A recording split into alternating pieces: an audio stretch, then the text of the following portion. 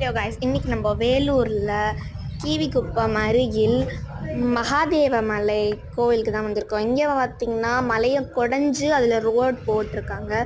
இந்த கோயிலோட ஸ்பெஷாலிட்டி, இங்கே விபூதி சாமியார்னு ஒருத்தர் இருக்கார்.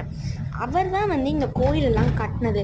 அவரை பார்த்து ஆசீர்வாதம் வாங்கணும்னா நம்ம ஒரு குறிப்பிட்ட நாள் ஒரு குறிப்பிட்ட டைமில் தான் போகணும்.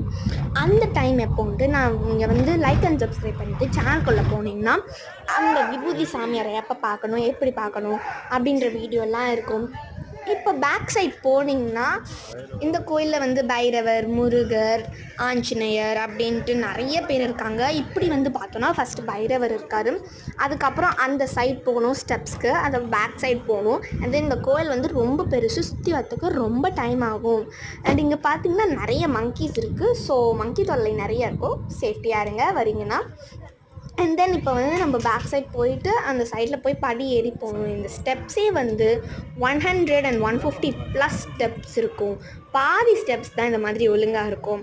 அண்ட் தென் மீதி ஸ்டெப்ஸ் இந்த மாதிரி ரொம்ப நெட்டுக்காக இருக்கும். போகிற வழியிலேயே லேக்ஸ் அது மாதிரி நிறைய இருக்குது. அண்ட் தென் ஸ்டெப்ஸ் ஏறி பார்த்தா இங்கே ஒரு முருகரோட வேலும் இருக்குது.